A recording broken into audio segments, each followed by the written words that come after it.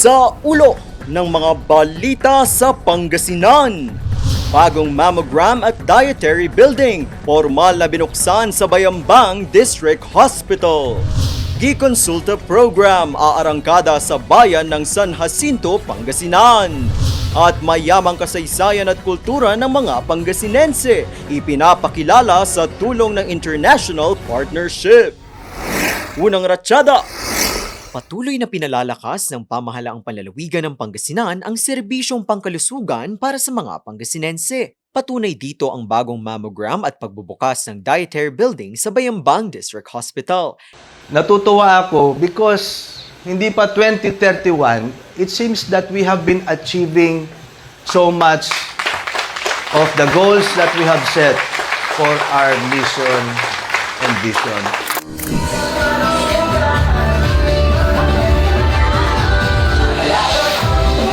Pinangunahan nga ng gobernador ang formal na pagpapasinaya at pagbubukas nito. Inaasahan na mas mapapabilis ito ang pagbibigay ng dekalidad at abot kamay na serbisyo medikal para sa mga Pangasinense. Ito tataas, tapos iipitin yung breast dito, tapos may scan dito. Hindi, wag dito, baka may radiation to eh. Gusto ko pang magkaanak. Mas mapapabilis din ang screening at pagsuri sa may sakit na breast cancer. This is one of the 5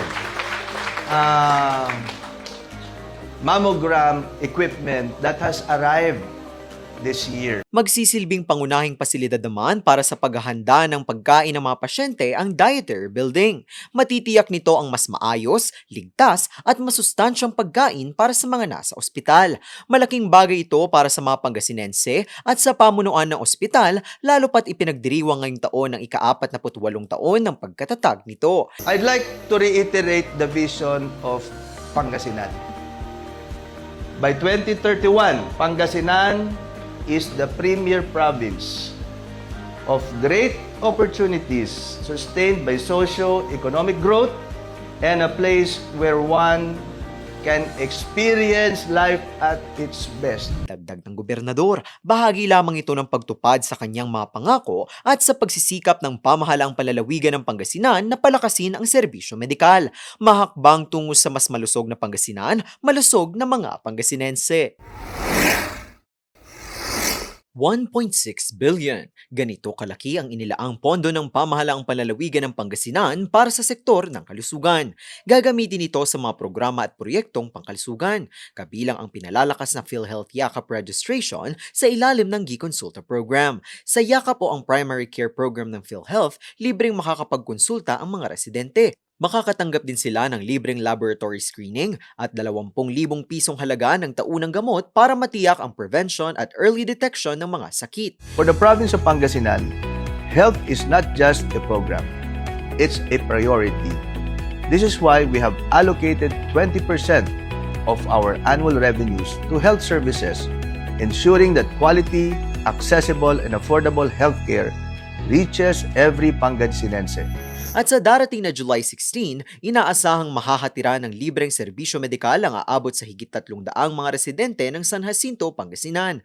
Gaganapin ito sa San Jacinto Sports Center. Sa ngayon, aabot na sa 1.7 milyon na mga Pangasinense ang nairehistro sa PhilHealth Yakap habang patuloy ang pag-iikot ng pamahalang panlalawigan upang ang lahat ay mairehistro at makatanggap ng dekalidad na serbisyong pangkalusugan.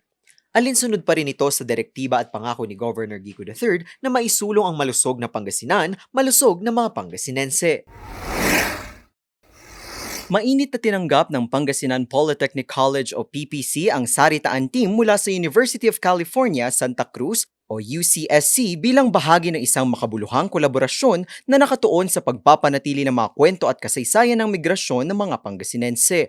Layunin ng partnership na maipakilala at mapangalagaan ang mga karanasan ng mga pamilya mula sa Pangasinan na naglakbay at nanirahan sa iba't ibang bahagi ng Estados Unidos at mga teritoryo nito. Bahagi ito ng Saritaan Archive Campaign, isang community-driven initiative na naglalayong tipunin ang mga family migration stories, buhay agrikultural ng mga komunidad at ang matibay na ugnayan ng Pangasinan sa mga Pilipinong nasa ibang bansa.